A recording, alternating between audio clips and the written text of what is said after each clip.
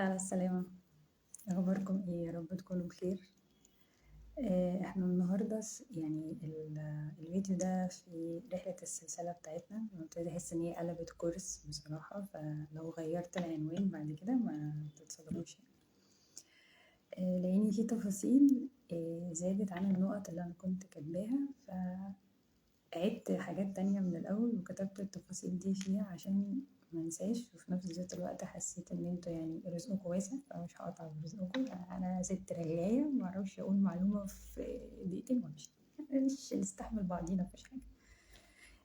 فالنقط دي لو في اي حاجة افتكرتها في اي وقت زيادة او فكرة فرعية طلعت من فكرة رئيسية، هتلاقوا تحت في صندوق الوصف اللايف بتاع وعي حاجة كفكرة تلاقيها خرجت منها، هتلاقوها دايما موجودة في البلاي ليست بتاع قناة اليوتيوب، او هتلاقيني كاتباها تحت لو شرح بسيط او تمرين في صندوق الوصف، عشان بس ايه، يعني احيانا بخلص او انا في قلب الحاجه بتجيلي فكره لو كنا عملنا، عارف انت كلام الدماغ ده عندنا كلنا مش انت واحده.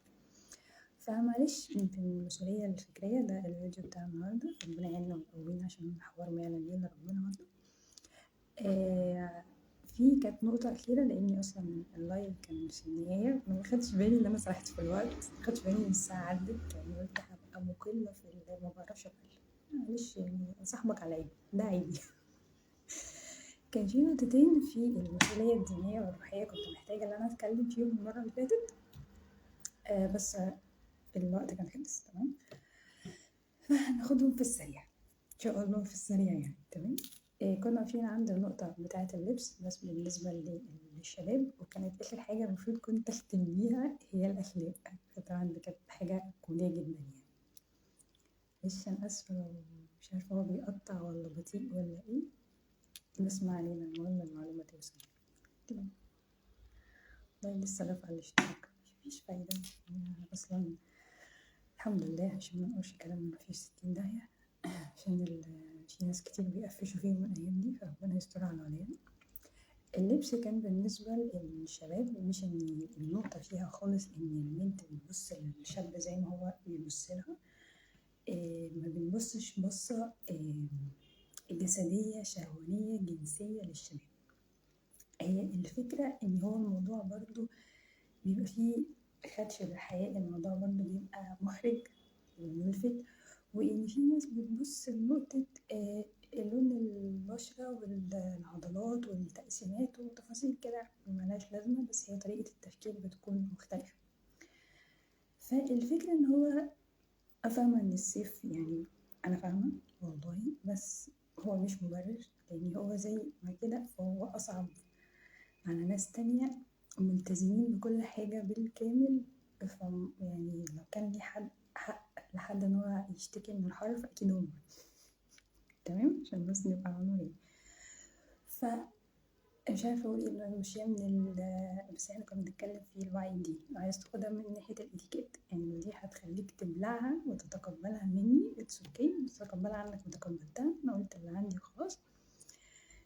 مش من المسيفة خالص ان احنا نلبس شورت، مش فكرة بقى ان احنا في الساحل او بنصيف برضه، فاهم؟ مش هم في محافظة اسكندرية، مش عارفة اجيبها ازاي، يعني هي في اي مكان ليه علاقة بان احنا بنصيف بنتفسح بنغير جو، ده مش مبرر ان احنا نلبس لبس غير لائق، ده مبدئيا بس عشان نخلص من النقطة دي تمام. شباب وبنات، بس عشان احنا في الفيديو اللي فات اتكلمنا عن النقطة بتاعت البنات، احنا دلوقتي بنتكلم عن النقطة بتاعة الشباب، وعلى اساس ان هو الجزء الفوقاني عادي، فهو مفيش مشكلة ان هو يقلع التيشيرت او يفتح القميص لحد السرة، او يلبس اسمه ايه الشورت، عشان مش فاكرة بتاعت اسمه ايه، هو كان برمودا على ايامنا، مش عارفة دلوقتي بالنسبة للجيل الجديد بقى اسمه ايه، اللي هو عادي يعني كده كول، مفيش اي مشكلة خالص، مش حلو ومش كول، ومش انا الشاب السكسي اللي في وسط الشله بتاعتي، يعني ان هو كان زمان وما زال لحد دلوقتي بالنسبه لناس تانية وناس اصغر في السن، ان دي اسفه يعني في اللفظ طريقه شقط خطيره جدا، احنا يعني مش عارفه ايه المغري شعر الصدر بس ما علينا، والسلسله والحظاظات والحلقه مش عارفه اسمها بصراحه، بس على ايامنا برضو كان بيقول عليها كابوريا، احنا مش على ايامنا قوي، كان اللي قبل ايامنا، واني حضرت حته من التمانينات يعني. عندي توارث ثقافات اجيال مختلفه، فبحس ان انا عشت في ازمنه متعدده، ما تاخدوش عليا. بس انا جيل التسعينات عادي يعني. مش لطيفه، وبعدين ادمت وبقت سخيفه وبقت مفهومه، وبصراحه مش داعي. يعني ليه اصلا يبقى فيه تبادل؟ يعني انا بحاول الاقي مسمى تاني غير كلمه الشط دي، ازغل العين اللي قدامي. انا ماشيه ازغل العين اللي قدامي عشان هي حاجه تانية غير الشط. الموضوع مش بيس من الآخر. بالنسبة للشباب فينا يعني مثلا ال30 واحنا طالعين، انا عارفة ان دول بالنسبة لكم عواجيز، بس بالنسبة لنا احنا شباب. الجيل ده يا ريت يطلع بره الفيديو اصلا، عشان انا ست خلقي ضيق مبدئيا يعني. إيه، احترام فرق السن، يعني لازم نشوف طريقة محترمة نوصل بيها المعلومة. انا ببقى فاهمة ان يعني لو وصلنا للسن ده بداية 30 كده، انه خلاص يعني هو بقينا كده، وضاغط ضاغط ضاغط اللي احنا مش عارفين نتنفس. من بعد بقى ال36 واحنا داخلين في رحلة الأربعينات، مش شايفين حد أساسا. يعني في الغالب في هم بيبقوا مسؤولين على أسرة، وطبعا أطفال وزوجة، وطبعا بيبقوا ندموا على قراراتهم غالبا بتنتهي بيهم بمحكمة الأسرة وحاجات يعني. كجروب صحابك كلنا عارفين يعني. أنا منهم، عادي، مش مشكلة اسمح لي أتدخل في حياتك لمدة 5 دقايق. هم عدوا بس 5 دقايق زيادة، مفيش مشكلة. بتبقى في مرحلة كده من لا مبالاة من الخنقة. بعد بقى 36 35 36 كده انت تحس مش شايفين حد أصلا. نجيب بقى ال40 42، احنا قاعدين في الكوكب لوحدنا. فانتوا بالنسبة لكم موضوع التقيد بالشكل العام ده بلح، لأن غالبا دي بتسحب لورا والكرش بيطلع لقدام والدقن بيبقى فيها شعر أبيض. دخلنا في مرحلة يعني ما يعادل سن الأمل عند المرأة، بس هي بتبقى عند الراجل يعني بتبدأ بدري شوية كده، عشان بعد كده نسمع في الخمسينات كأزمة منتصف العمر. احنا من ساعة ما اتولدنا وفي أزمة. أنا مبدئيا مش عايزين نضحكوا على بعضنا في القعدة، عشان أنا بس مبحبش الحوارات دي. المهم، عزيزي المواطن، عزيزي المستمع، بيبقى في شوية حاجات كده، معايير في اللبس بتبقى مش لطيفة ومش جاذبة للطرف الآخر، يعني ياريت برضه ناخد بالنا منها. وبتحطنا احنا كشباب ذكور رجال قيمة محترمة مجازا هيفتحوا بيت قدام. انا فاهمة ان انت واخد قرار ان انت متتجوزش، كلنا واخدين القرار ده، مش حضرتك لوحدك. بس الفكرة اللي هو بيبقى ايه، في حاجات كده بما ان احنا يعني ربنا خلقنا يعني فاهم عشان نبقوا قبل آدم وحواء. نحاول بس اخد مصطلحات بسيطة بحيث ان احنا ما نتحذرش يعني. بس اكيد الموضوع ده في الثلاثينات اكيد مفهوم ولو بيولوجيا مجازا، يعني مش عارفة اصيغه ازاي. إن بيميل عندنا يعني حتة كده من الغرائز والرغبات والفطرة المدفونة في الداخل، إن إحنا يعني إيه نملى عين اللي قدامنا، نعجبه، نلفت انتباهه، ويبقى فيه تاتش كده في الشغل، نظرة في ابتسامة. وياريت نقف لحد الابتسامة عشان الحوارات كلها بتروح في 60 داهية بعد الابتسامة. كوباية القهوة أو الفنجان أيا كان بتشربها في إيه يعني، لحد هذه المرحلة بتبقى حلوة.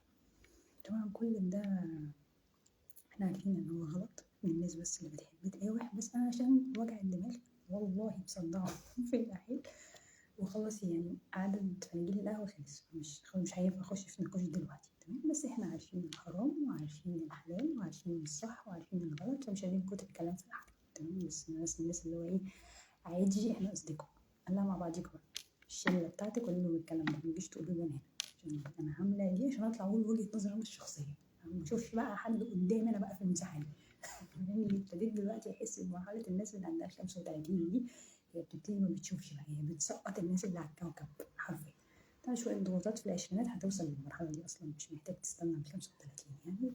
أمر بيد الله كده كده، ربنا يكرمنا ونخلص كلنا من السعادة المبالغ فيها اللي احنا عايشينها هذه الأيام، يعني بيد ربنا الصراحة.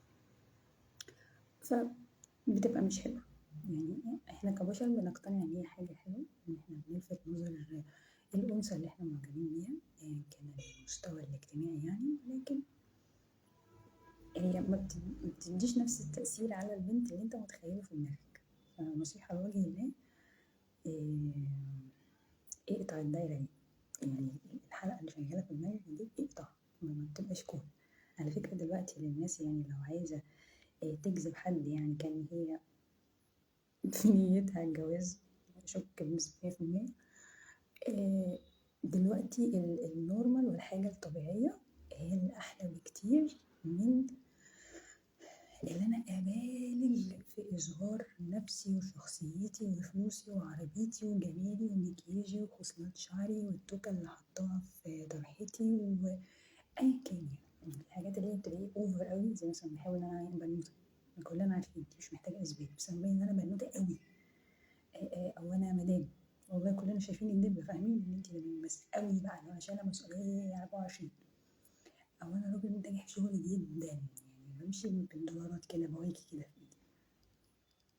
بيبقى واضح يا جماعة والله إن اللي قدامكم مش أعمى ومش حمار، ولو هو كمان معجب وفي لينك على الخط بيلقط برضه معلومات كده عنكم زي ما انتوا بتحاولوا تلقطوا معلومات عنه، فبتبقى رايحة جاية.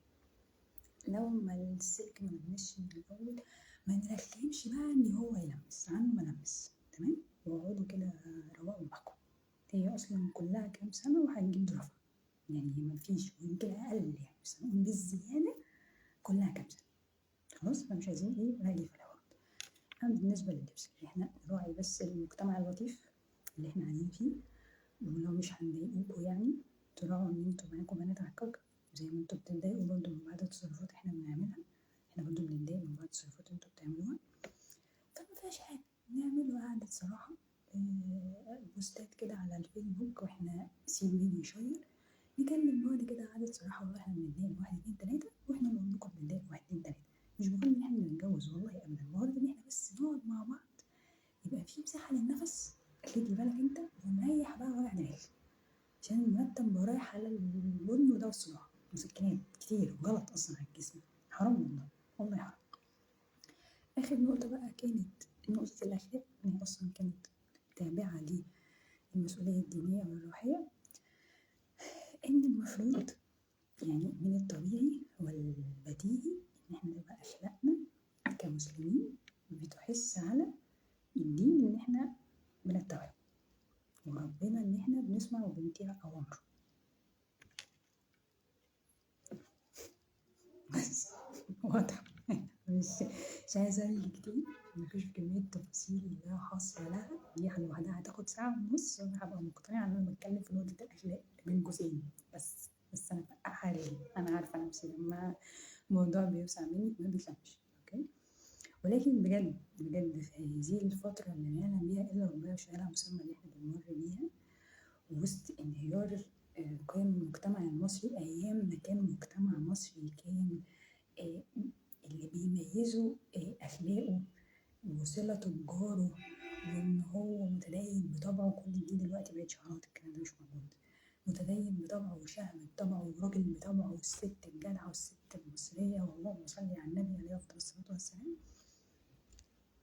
راح كل ده راح في الفترة بتاعت حبوب اللقاح اللي كان بيحصل فيها التكاثر دي، اللي هي بتروح بتتناثر في الهواء فبتروح لأشجار تانية فيها بقى الأزهار فيحصل. المهم يعني عشان كنت بحب المادة دي اسمها إزاي. فروحي بقى كل دي حبوب اللقاح دي نشرت في الهواء الطلق، معرفش بقى هل راحت لشجرة تانية وحصل تكاثر هذه الثمار والأزهار، ولا هي راحت بقى وقعت على الأرض من ساعتها، ولا إيه؟ مش عارفة بصراحة، نفسي حد يجاوب على السؤال ده، بس هي راحت مننا بصراحة يعني. فبالتالي الإنسانية انهارت، احنا كنا ماشيين على الأصول والعادات والتقاليد وصفة المجتمع المصري، وبعدين بما إن احنا ما كناش بنتبع الدين بقالنا فترة وانسحبنا منه تدريجيا ومشيناها أعراف وتقاليد وعادات وصفات، وما تطبعنا عليه وما تربينا عليه، اللي هو أصلا كان كله في الأول بيتاخد من الدين، يعني ده كان المسيرة الحلوة اللي احنا كنا ماشيين عليها. معرفش كانت ليه اللي حصل مرة أما في منعطف جه مرة واحدة كده، فاهم انت بتفهمش، انت فاكر أول حاجة لما كنا بنحلل الأشكال الهندسية اللي كانت في التأمل هي دي بقى الشكل البيضاوي اللي أنا كنت بقول لك عليه، أو الدقيق في منعطف جه مرة واحدة. معرفش ايه اللي حصل للشعب المصري، مش عارف، حاسة ان احنا نمنا قمنا مش عارفيننا، اللي هو احنا كان في ناس جدعة هنا ماتوا في الحرب، والله كانت في رجالة زمان بتشيل مسؤولية ماتوا في الحرب، والله الستات كانت بتعمل وبتسوي وبتشيل وبتربي، لا ماتوا في الحرب وما ارتحناش يعني، فاهم؟ اللي هو احنا كنا في البيوت لا مخنوقين، احنا جالنا من الشغل لا اتمرمطنا، نرجع للبيت تاني تصدق القعدة وحشة، تايهين تايهين يعني، احنا كلنا بقينا تايهين. والشاب هو حكاية ان انا عامل مليمين مصرفهم عليك، انا اعرفك انت اصلا وابوكي اللي عايز لك تطلعي انت وهو، فما شاء الله بقى بقت الرذيلة بقى مش قادرة اوصف لك برضه يعني، في كلام ما ينفعش يتقال هنا عشان هنتحبس تاني يوم الصبح. فالدنيا خربت، ده اخفي سرا يعني. ونسينا حاجات كتير مهمة جدا وبعدنا قوي عن صلب الموضوع، لان احنا نسينا اصلا يعني كانت الاسئله اللي كانت بتيجي بعد الساعه 12 بالليل دي، اللي هو ربنا خلقنا ليه، واحنا جينا على الارض ايه، وايه الغرض من ربنا خلقنا، طب واحنا ايه فايدتنا هنا، طب واحنا هنتحاسب عن اللي مش عارف ايه، طب احنا ايام ما كان العقل صحي. اول لما طلعت اللي هي الفيديوهات الصغيره دي، ما في لا بقى كده كده درجه اولى يعني، شغل فاخر من الاخر، الشهاده لله برضه. فالاخلاق، الاخلاق اخواتي الاعزاء والاصدقاء المستمعين والناظرين، عشان الدنيا باظت كمسلمين. انا فاهمه ان هو اسم، احنا فاهمين الموضوع ده، هنعتبر ان احنا ال 169 دول قاعدين مع بعضين، مفيش حد جانب في القعده. يعني نرجع بالزمن لورا، نرجع لو بابا وماما ربنا يبارك في عمرهم، لو خاله وعمته ست وجده اي حد يعني ما كانش خبط على جارك اللي جنبك من ايام الحرب ده، واسالوا احنا كنا زمان عاملين ازاي، ونبادر بنفسنا. تمام. ليه بقى قلت في البدايه ان ممكن في حاجه تطلع من حاجه تانية؟ يعني انا من فتره في حاجه فظيعه جدا زباله قوي في المجتمع خدت بالي منها، فحبيت ان انا طبعا اتسحب من لساني واتكلم عنها كالمعتاد، ربنا يهديني يعني. فان شاء الله ربنا يقدرني واعملها واطبقها وما انساش يعني، ويجيبني التعب كالمعتاد، ويبقى في بلاي ليست جديده نتكلم فيها عن الوعي المجتمعي، ممكن تكون زي البودكاست او لايفات كده عادي نحكوا فيها مع بعضينا على الوعي المجتمعي. وكنت أول حاجة حابة أقدمها فيها بصراحة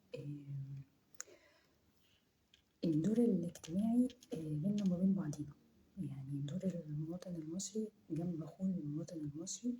كأن في نماذج شفتها كنت أسمع زمان، يعني أنا يمكن في حياتي أنا الشخصية يعني الخراب بدأ على تانية تالتة إعدادي، كان على وقتي أنا يعني. فكنت أسمع يعني من بابا وماما وأخويا برضه أقل مني بشويتين حلوين يعني، إن كان في خير في مواقف، كانت في ناس بتعمل خير، وكانت الجيران حلوة مع بعضيها، وكان اللي بيخش البيت من بيته، من البيت من بابه، معلش البيت ده الراجل هو ده الراجل اللي جاي على السكة وعلى الدغري وعلى الصح. وإن البنت طبعا كانت بتطلع من بيت أهلها فاهمة كل حاجة ومتحملة المسؤولية وبتصبر على الحلو والمرة. وطبعا بالتالي الراجل كان يعني بيشوف ان دي الست الاصيله الصابره، مش اول لما ربنا يكرمه يطلقها او يتجوز عليها واحده تانية خلاص انت كبرتي. يعني كانت في حاجات كويسه كتيره، وكان القليل هو الوحش. دلوقتي حصل العكس تماما، لدرجه ان بقى الحلو احنا بندور عليه يعني مش شايفينه اصلا. فانا حابه ان انا اعمل اللايف ده بصراحه، فلو انتوا عاجبكم ان احنا نتناقش في هذا الموضوع قولوا لي، لو مش عاجبكم قولوا لي برضه، عشان انا حاسه ان انا بلوك مع نفسي بصراحه. طيب يلا بينا بقى نخش احنا ايه على الفيديو بتاع النهارده، الا وهو المسؤوليه الفكريه. شويه شغل شويه شغل، مش قادره اقول لك هنشتري على الجنبين بقى في المسؤوليه الفكريه دي، لاني لو ركزت معايا عزيزي المواطن هتكتشف ان المسؤوليه الفكريه دي طالع منها كله. هي دي بقى الدايره اللي كنا بنعملها في التمرين اللي فات، خلي بالك معايا، عشان كده دايما بقول لك في اي سلسله او كورس، لان ده يعتبر كورس، عارفين انا رجعت في كلامي ده كورس مش سلسله، على بعضه فاهم، يبتدي كده تسلسل، فده مرتبط بالقديم وده هيرتبط باللي جاي، فما تفوتش ما تفوتش بقالي كتير انا عارف، معلش زي اختك الكبيره استحملني اجبار لي في القعده ما فيهاش حاجه، الناس اللي بعضيها تصبر عليا المره دي، المره الجايه نصبر عليك، في خصومات نشوف بعض، الدنيا رايحه جايه، كفايه انانيه بقى. المهم المسؤولية الفكرية هي بيطلع منها كل المسؤوليات. يعني المسؤولية الفكرية لو خربانة انت مش هتاخد بالك من المسؤولية الدينية، مش هتبقى شايف ان هي ليها أهمية. ده عندك هيتضخم زيادة عن اللزوم. ونستوقف هنا لمدة 3 ثواني. تعالى نفسك. يعني نصيحة لوجه الله كنت حابة ان انا اقولها. اولا ان انت ما تخليش ده يعفن منك اللي هي دماغك، يعني بان انا اتفرج على حاجات كتير قوي ملهاش اي لازمة، ده طبيعي جدا. وان انا اسمع للافكار السوداء اللي جوه اللي عايزة الحرق عشان دي بتودي في داهية. وان انا اسلم وداني لناس اصلا يعني يا دوبك هي السلام عليكم وعليكم السلام ورحمة الله وبركاته، وتاخد بعضك وتمشي. اكتر من كده ما تقولش وما تستقبلش عشان بأمانة الله. يعني برضه احنا احيانا الاحراج والتربية زيادة عن اللزوم دي بتودي في داهية. خد بالك ده يعني سلاح ذو حدين. اوكي. إيه، وان انت يبقى عندك تارجت او هدف او حاجة سامية، هي دي اللي انت حاططها قدامك في حياتك عايز توصل لها. وقبل ما تحط اي حاجة ليها علاقة بهنا من وجهة نظري، معلش هتدخل في حياتك تاني لمدة 30 ثانية بقى من 3 ثواني اصلا عندك، ان هي تكون ليها علاقة بالاكل. ده المفروض، يعني ده الطبيعي وده الاساسي وده البيزك. ليه انا بقول وبتدخل في النص في الموضوع؟ علشان اغلبنا دلوقتي بقى بيحط اهداف.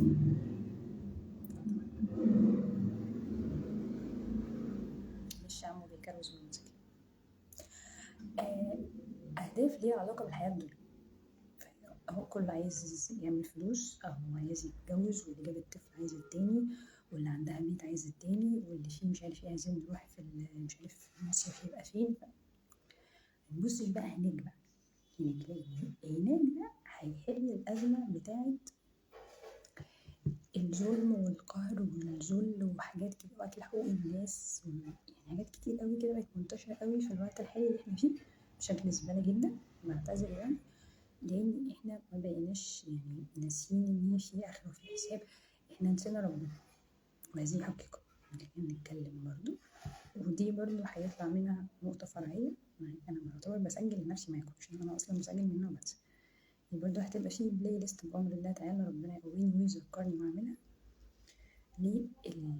للوعي الديني كنقط بس محتاجين إن احنا نستفوها، ندخله الفكر مع الوعي الديني مع الوعي النفسي والمجتمعي للحياة، فنعمل صورة متكاملة سوية صحيحة.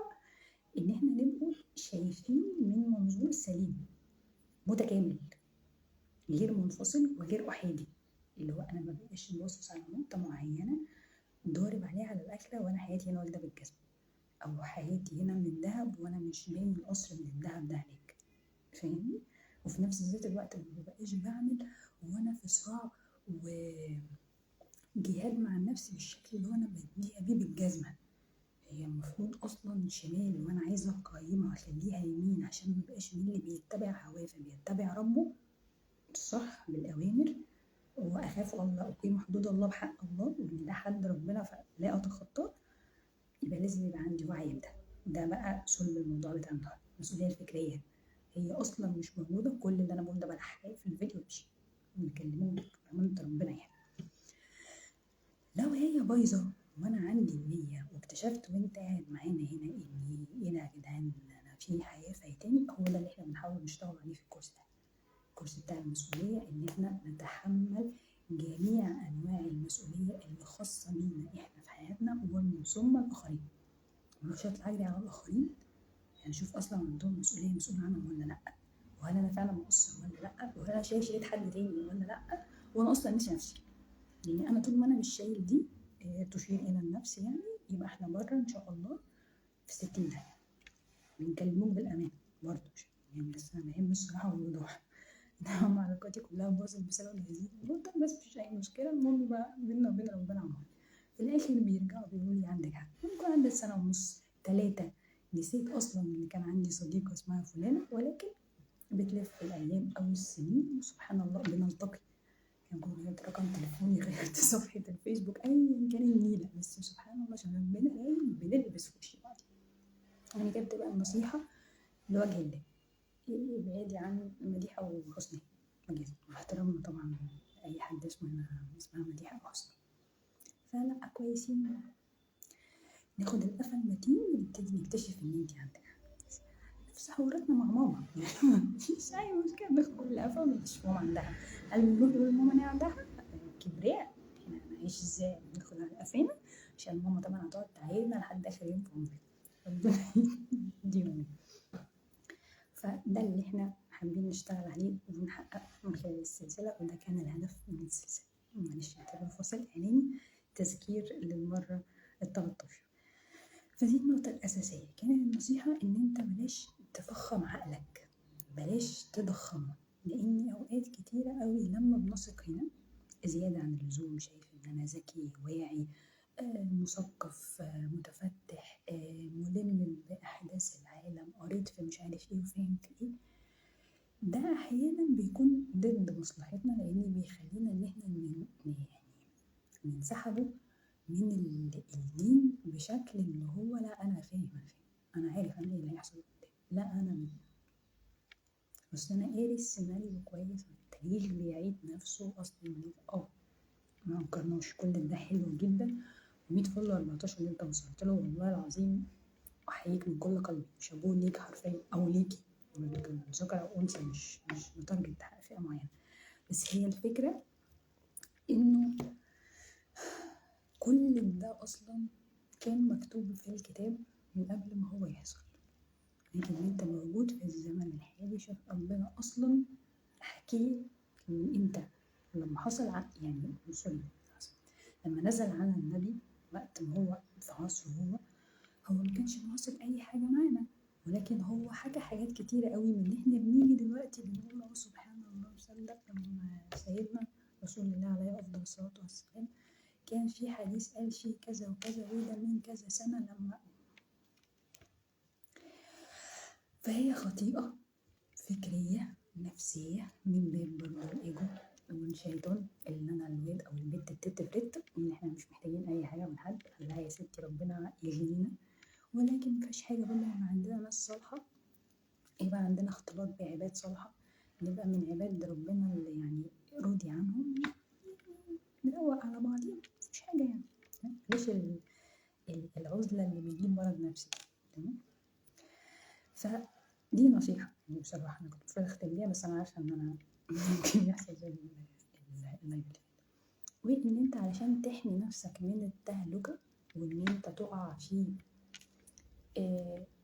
فخ الحياه الدنيا، عشان نبقى بصراحه يعني بتحمي عقلك من خلال التارجت او الهدف او الرساله او الحاجه المهمه الكبيره قوي اللي انت مجازا من اعماق قلبك او نفسك او فكرك تبقى عندك استعداد ان يعني ايه تضحي باي حاجه عشان ده اللي هو بيبقى الغرض الثاني الأساسي، البيزك، القاعدة، الطبيعي، المفروض اللي اتخلقنا عليه الحياة الآخرة في الآخر، لأن احنا أصلا كلنا هنسلم في محطة ما، هتاخد الشنط وهتكمل الحتة دي ماشي، مفيش قطر بيخش جوه ولا عربية ولا أي هي رجليك بس اللي بتروح بيها، واللي هيوصلك إنك تاخد تذكرة VIP هو عملك.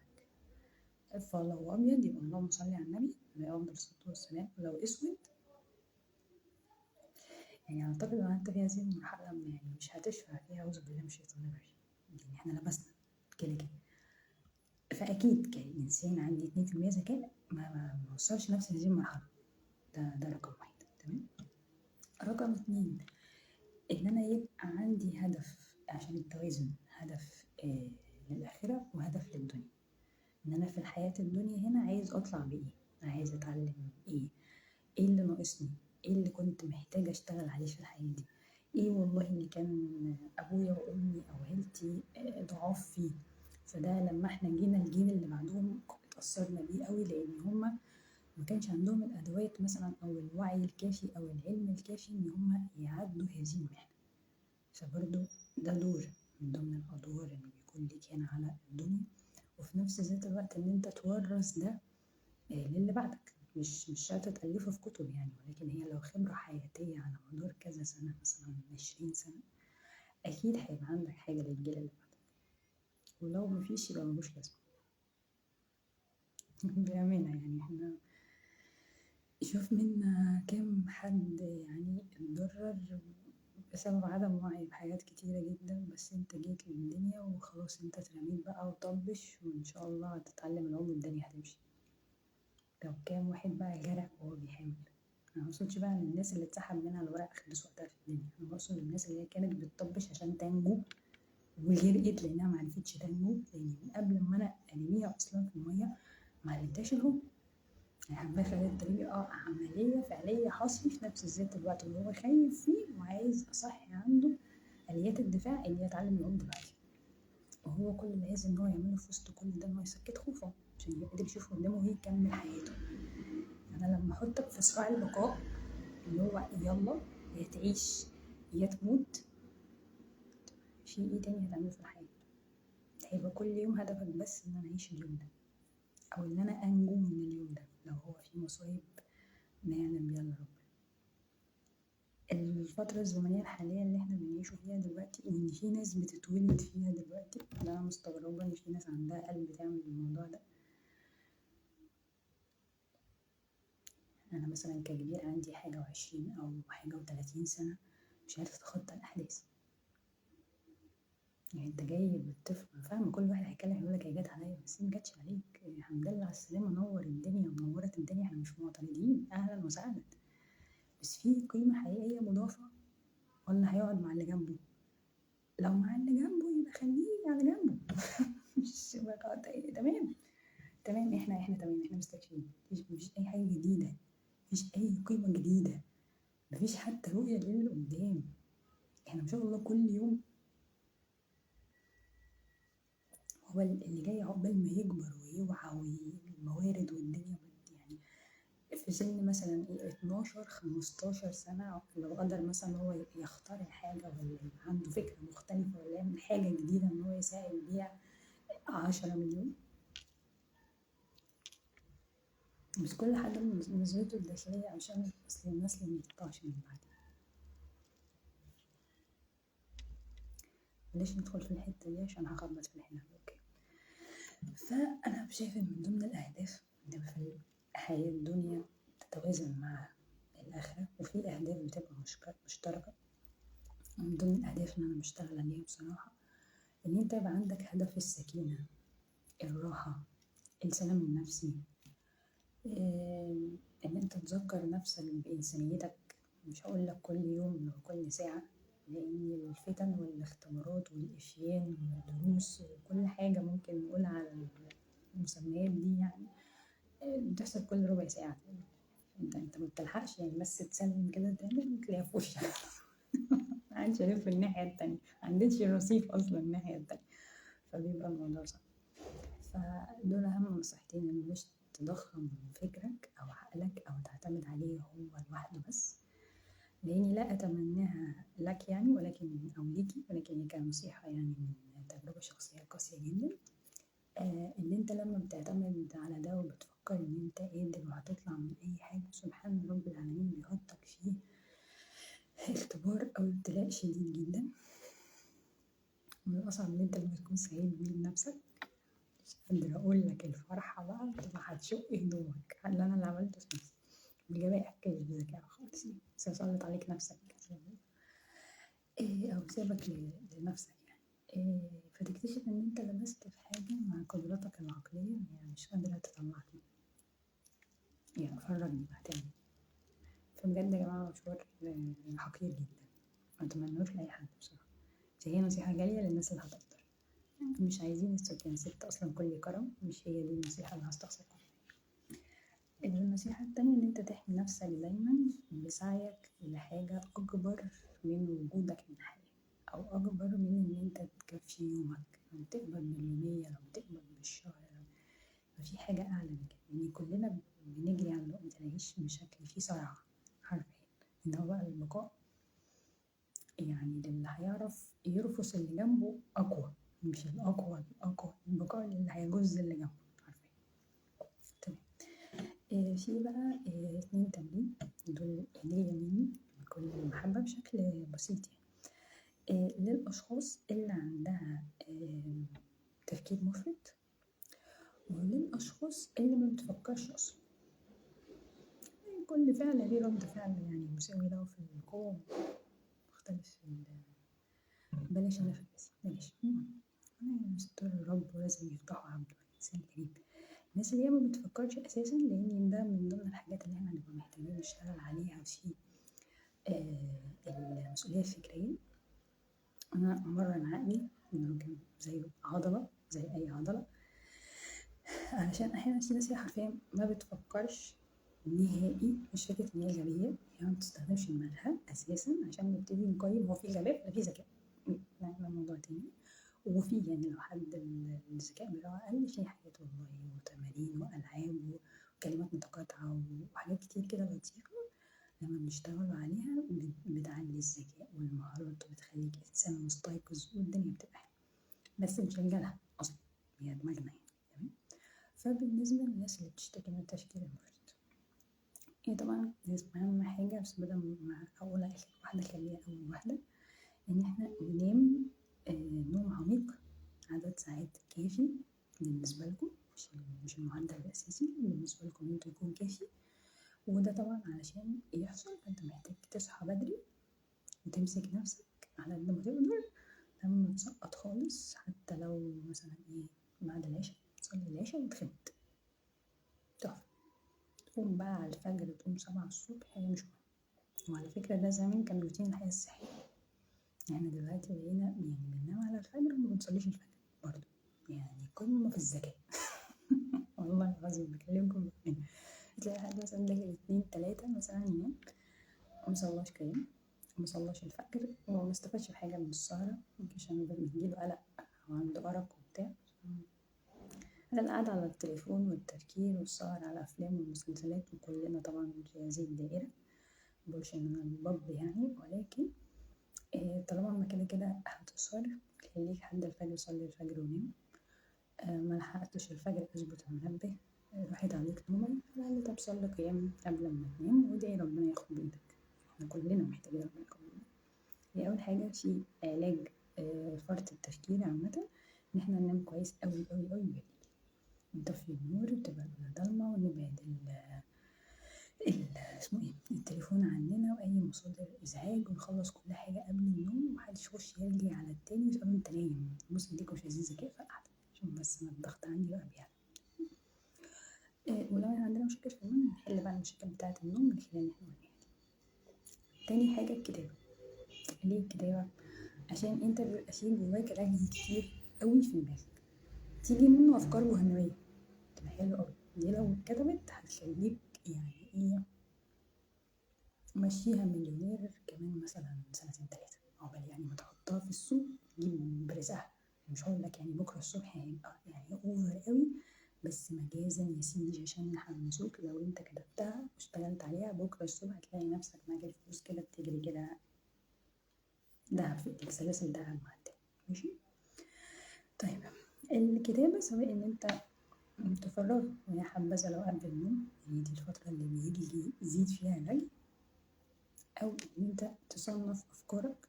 يعني مثلا كل فكرة بتجيلك تحت منها ايه، فيبقى تمرين تأمل، وفي نفس الوقت انت بتهدي حدة العقل من خلال ان انت بتراقب الافكار وبتصنفها. مش عارفة ليه في تفخيم طالب طول، بتراقب الفكرة وتصنفها. يعني الفكرة دي مثلا الفكرة دي تبع الطبخ، الفكرة دي علمية، لو انا طبقتها ممكن تجيب مثلا مصدر دخل زيادة. البتاعة دي لو انا عملتها تبقى تبع خطة التسويق، تنقلني في حتة تانية. الموضوع ده لو اتكلمت عنه ممكن يشد الناس، فاهمني؟ فانت انت اصلا عندك بلان، دي حاجة حلوة جدا.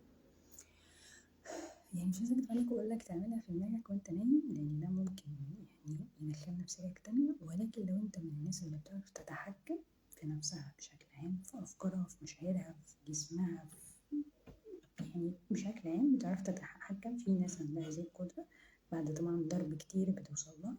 المستوى التالت او الرابع كده بتقدر ان هي تعمل بلوك بعد ما بتصنف الدنيا خلاص عشان هننام خلاص الموضوع انتهى، او تبتدي ان هي تشتت انتباهها في حاجات تانية قبل النوم.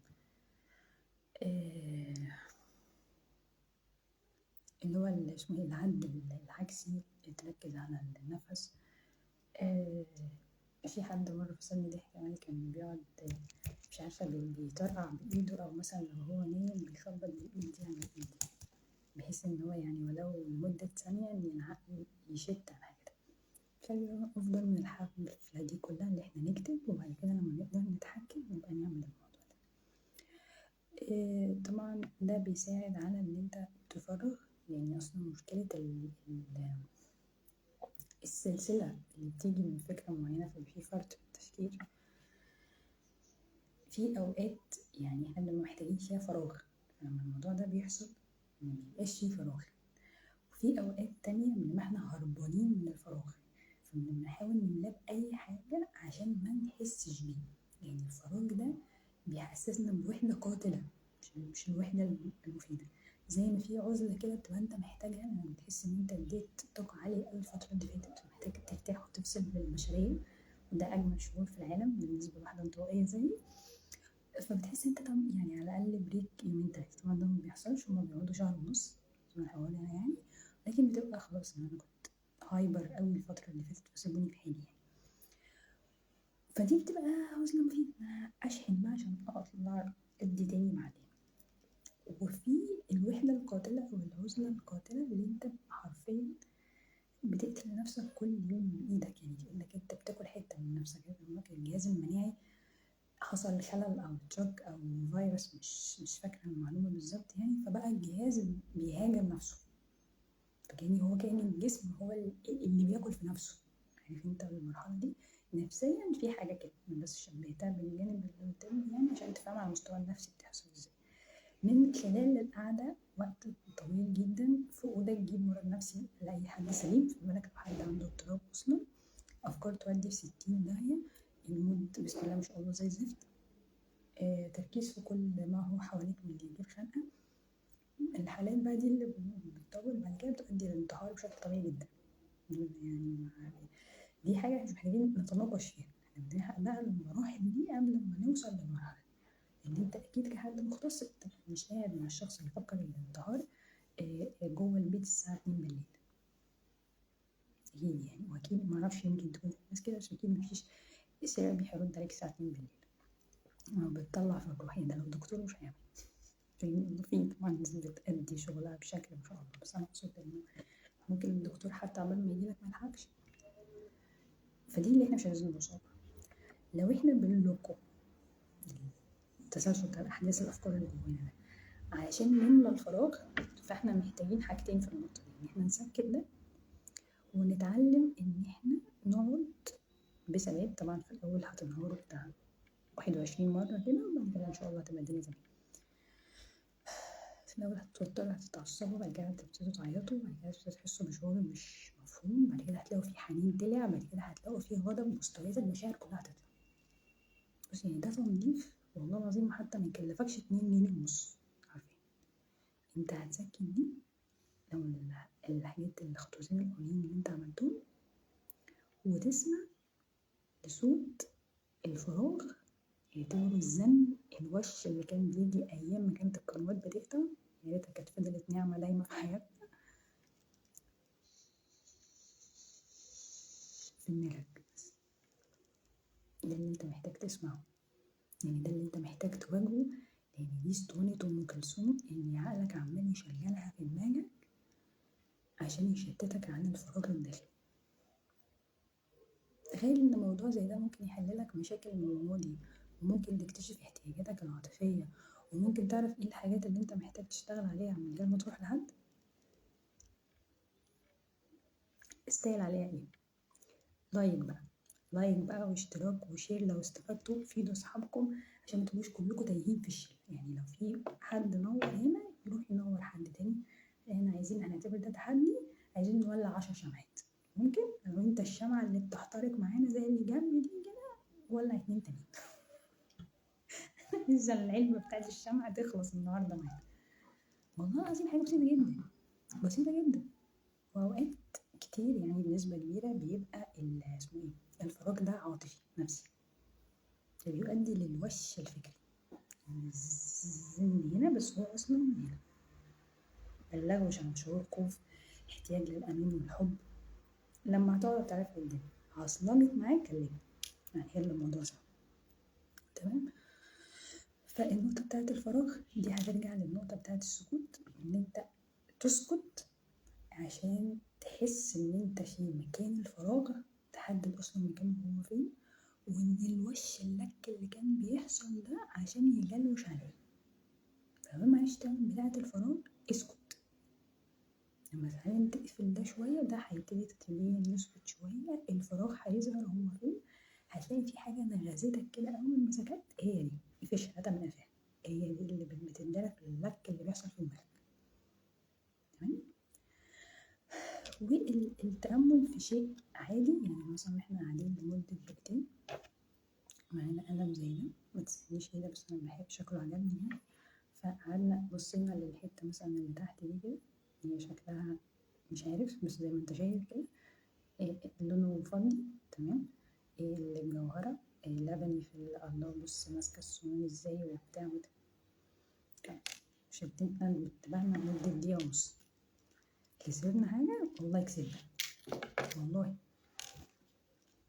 مفيش حاجة تانية غير القطرة مش هينفع نطلعها، لأن هو انت أي حاجة جنبك يعني فاهم، أو حاجة يعني تمسكها مثلا تبقى فيها حاجة كتركيز إن انت تتأمل في خلقها.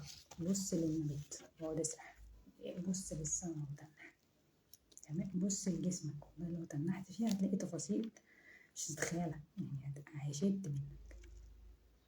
ان انت تتأمل بس يعني لمدة 3-4 دقايق بس، الحاجة ملهاش علاقة بالهمجية اللي في دماغك، عارفة انت مش بيبقى خط تفكير، ده بيبقى تطور بيطلع.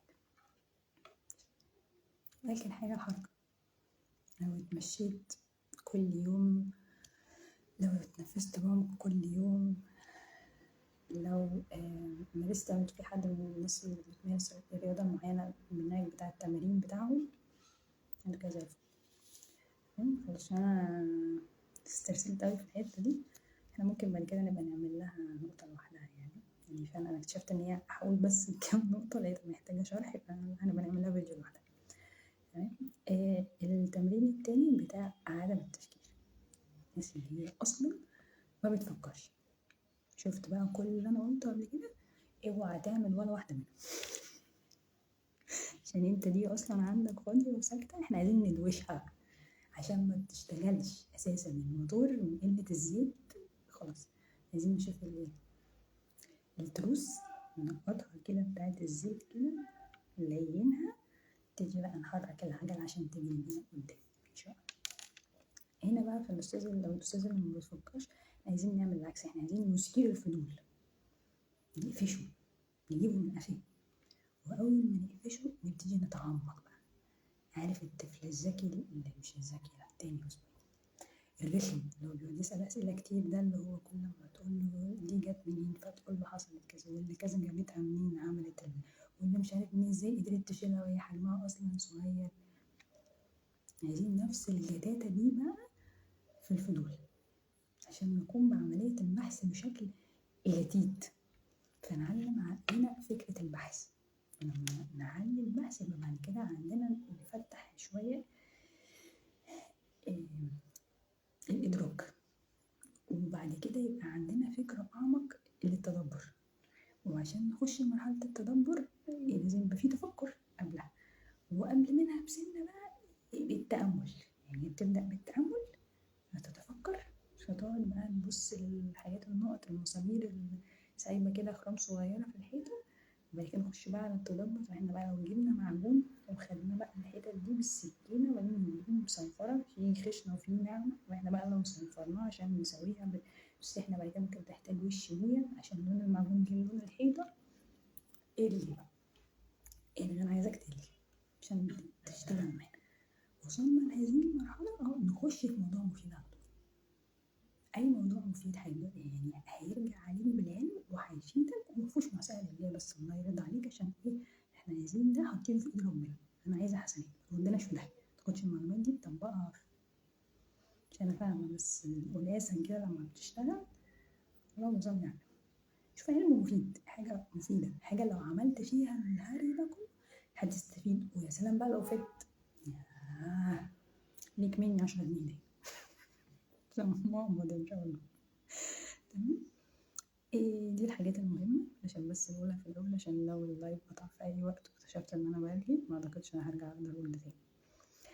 طيب، التنويه المهم اللي هو كان المفروض يبقى مقدمة ومقلناهاش نقولها في النص، ما جراش حاجة يعني، مكان.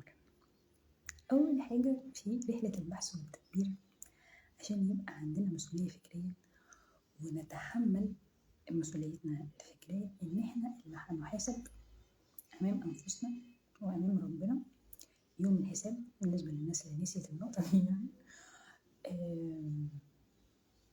إن أنت لما هتعمل شيء عن اقتناع إن أنت قريت أو بحثت أو سمعت أو كانت تجربتك أيا كان، إن أنت هتسأل. فهتبقى الإجابة بتاعت السؤال مش الشيخ، مش صاحب المحتوى، مش صاحب الكتاب، مش صاحب الكورس، مش صاحب أي حاجة. ليه؟ عشان هو الدجي اللي احنا كنا لسه بنتكلم عليها في التمرين اللي كان لسه من سيكا بنحكوا فيه ده. هي مش شغالة جنسي، هي شغالة زيادة عن اللزوم، ده إرهاق للبشرية، محتاجين إن احنا نقلل، واللي تحت خالص محتاجين إن احنا نطلع. عندما نتقابل في الكتاب الرفيع اللي في النص، بس هو تطلعوا، انتوا بتطلعوا وتقطعوا عشان ده مهم. اوكي؟ فأنت اللي مسؤول. وفكرة إن أنت تتحمل هذه المسؤولية في الأول طبعا مرعبة ورخمة جدا، بس أنت مش هتدخل بس هنا الجنة اللي هو برافو أو النار اللي هو يعني ربنا يرحمنا برحمته. عشان سمعت فلان، هو فلان قال اللي عليه، قدم النصيحة، فكرك بحاجة كنت ناسيها، نور لك ضلمة كنت ماشي فيها، كدوره في الحياة أو كدوره كحد مختص، دكتور، استشاري، مهندس، كان اسمه ايه يا عمو اللي كان بيعمل فيديوهات بتاعت الناس اللي بتشطب الشقق، مش فاكر، ما كانش مهندس ديكور يعني، حاجة من ليفل المقاول كده واللي تحت منه، أي حد بيشارك صناعته. مثلا الناس دي محترمة جدا يعني، وأعلمك ازاي تركب مش عارف ايه وتعمل ايه، وبدل ما تجيب واحدة جديدة بقد كده، بص القديمة لو شلت دي. الناس دي كلها تؤجر على اللي هي بتعمله، وعندها علم بتفيد بيه، لأن هي برضه هتسأل عليه. تمام؟ لو كتمته أو لو حولت العلم اللي هو المفروض يبقى منتفع بيه لحاجة ضارة، عشان بقى طمع تجيب فلوس زيادة، تجيب شهرة، أي زفت على دماغنا. تمام؟ دي مسؤولية هذه الناس برضه كتيرة جدا. بتبقى مسؤوليتي بقى كمتلقي إن أنا مختارش أي حد، لازم أول أختار أنا هسمع مين، عشان دي مش قلاسة، هي دماغ متكلفة ومصروف عليها، وأغلى حاجة ربنا كرمنا بيها عن يعني سائر المخلوقات. وإن أنت يعني كلنا قلنا إن إحنا هنشيلوها بالأمانة، فبالتالي هنسأله وهنتجازوا عليها. أي حاجة في التشطيب ما طلعتش صح، المقاول هيلبسها. في هذه القصة عزيزي المواطن، أنت المقاول اللي هيتحاسب، اللي بقى اللي تحت إيدك دول هيتحاسبوا برضه على كرواتاتهم. فعشان كده بيبقى فيه دور أعظم ل ولي الأمر، البابا، الزوج، الأخ الكبير، أو طلعت هي الأخت الكبيرة، الأم اللي قاعدة في البيت وبتربي، كل دول ليهم دور. حصيلة أنا بقى كل ده، هذا الطفل أو الشاب اليافع، وهذه الأنثى الجميلة اللي طالعة للمجتمع، اللي أنا أحافظ على محصلة هذه التربية عشان هتسأل عليها، لأن هم عملوا اللي عليهم وما قصروش. اللي كان على قد وعيهم وقدراتهم المادية وصحتهم الجسدية والنفسية، وهم عملوا اللي عليهم. دي بقى الجزء اللي أنا عملت اللي عليا. في برضو حاجات هتتحاسب عليها إن هم قصروا فيها، جابوا هم المشكلة. لو هو ظلم واقع عليك هم هيسألوا عليه، بس كظلم واقع عليك انت برضو هتسأل انت ليه ما شلتهاش وليه ما عالجتهاش، لانك انت دلوقتي في تطور اكتر، مصادر العلم اوسع، متعددة ومتشعبة ومتنوعة. مفيش حجة انت ما كنتش تعرف، ما دورتش ليه، انا كنت موجوع ما تعالجتش ليه، انا كنت مظلوم ما رفعتش ليه. لو انا في السعي لرفع او لصد او لعلاج او لتشتيت او لقتل هذا الشيء، تمام، مش قتل الشخص الضرر بتاعه يعني، فتمام. فانت اصلا حتى انت لو مت وانت في سعيك ده فانت ليك ثواب حتى قبل ما توصل للنتيجه. ما بالك بقى لو مت بعد ما وصلت للنتيجه، ما بالك بقى لو مت بعد ما ورثت النتيجه، اللي هي طبعا بنأمل ان هي تبقى صالحه، مش عايزين ذكاء في القعده، الكلام واضح الله يرضى عليكم. تمام. وان انت مثلا كنت يعني متوفي والاجيال بقى اللي بعدك انت ورثوهم بيقولوا والله جدي الله يرحمه، ستي الله يرحمها، انا ست قديمه ما بقولش المسميات الجديده يعني، آه، قالت لي كذا كذا كذا، ومثلا تبقى النصيحه دي تؤدي الى استمرار الزواج بين الرجل والمرأة، أو لو في حد فيهم بياخد على قفاه وبيستغل من الشخص الآخر ياخد باله ويبقى عنده وعي وخبرة إن هو بيستغل على قفاه، بيتضرب على قفاه وبيستغل من الطرف الآخر. شوف يعني فيصلية لحد فين. في ستات بتاخد بالجزمة وفي رجالة بتاخد بالجزمة، الاتنين طالعين من البيت اللهم صل على النبي عليه الصلاة والسلام، حاجة ما تتوصفش هذا الحرق يعني، بأمانة الله ما اكدبش عليكم يعني الصراحة بنشوف بلاوي حقيقة يعني. في ناس بتبقى واخدة ان هو خدي الجزمة وكملي، وفي ناس لا والله بصي انت عليكي من واحد لحد 111 وهو عليه من واحد لحد 115، وان هو الراجل وهو القيم، والولاية بتتنقل من الأب للزوج، والمفروض ان هو كائن قائم على كل هذه الأمور، الحساب بتاعه أعمق بكتير، وانت برضو مسؤولة عن حاجات كتير، يعني من أساسيات الجواز ان انتوا الاتنين بتعرفوا بعض. تمام. وان انتوا بتكون اصلا انتوا درع الحماية لأي فتن خارجية. فتخيل بقى يبقى تيتا لوزة الراجل اللي انا مستنياه يكون هو سبب دفعي للفتنة، او تفكيري فيه، او وقوعي فيه، او تحدثني نفسي بالرضا بهذه الفتنة، يعني لم يتم اشباعي في واحد اتنين تلاتة. في اللي بتسكت وبتقول لك خلاص اصلا مش عارف، وفي اللي بتقعد تحافر عشان توعي جوزها انه ناقصني واحد اتنين تلاتة، واحنا لينا حقوق على بعض ولينا واجبات، فمن فضلك انا محتاجة منك اتنين تلاتة. في رجالة بتبقى محترمة جدا، وفي رجالة بتبقى سيئة جدا، اللي هو انت مالكيش عندي غير يعني اللقمة والهدمة واشتري المكنة. في نماذج سيئة وفي نماذج خطيرة، بس هو اللي أكتر انتشارا النماذج السيئة عشان بتجيب محتوى فيها لك كتير، إنما النماذج الحلوة حلوة. وبعدين هو لو الحلو هيطلع يقول لك أنا حلو ليه؟ هتمشي عينه وهيجي تخرب ملكش تولعه كله. فيعني دي نقطة فيصلية يعني. تمام. فأنت هتسأل، واللي كان قبل منك هيسأل، واللي كان بعد منك هيسأل، وده أنا كواحدة من الناس اللي بحاول أعمله من الكلام اللي أنا بحاول أقدمه، إن هي تبقى حلقة الوصل الطيبة اللي فيها نور وهداية بين الجيل السابق والجيل اللاحق، بحيث تبقى الدايرة اللي فيها خير ووعي، فتكسر الظلم والقهر اللي كانوا عايشين فيه الأولين من الطرفين. أنا مش مع راجل أو مع ست، أنا ضد الظلم، سواء راجل أو ست أو طفل أو شاب أيا كان إيه اللي بيتعرض. تمام. حتى من لو كائن حي مش إنسان، نبات أو حيوان، ضد هذه النقطة يعني بجد، لأنه حاجة لا إله إلا الله. تمام. وتبقى مرشد نور زي اللي ضرب في وشنا كده عشان يبقى شكلنا كويس في الكاميرا للي جايين من بعدك، فيستشهدوا والله بخبرة طيبة أو تربية إسلامية دينية صحيحة قيمة متزنة اتربوا عليها، أو خبرات حياتية. والله أنا لولا إن أمي أو أبويا أو جدي أو خالي أيا كان علمني واحد اتنين تلاتة كنت بطبش زي فلانة أو زي فلان. في ناس كتير طلع أهلها ما كانش عندهم وعي، وهم طلعوا مش عارفين ده بيتعمل ازاي، فبيجيب مشاكل. زي مثلا الفلوس، يعني 3/4 اتربى على ان هو معرفش الفلوس دي بتتعمل ازاي. طب هو موظف ولا عمل حر، احنا مش عارفين الفلوس بتيجي ازاي، زي ما احنا مش عارفين بتتصرف في ايه. بس ان انت في اللهو الخفي في بيتك وانت مش عارف. دي كانت النقطة. تمام. في كذا نقطة. شفت هو ده اللي انا كنت بتكلم فيه. طب خلاص هنكمل في الجزء اللي بعده يا جماعة. كده كده مش حلقة.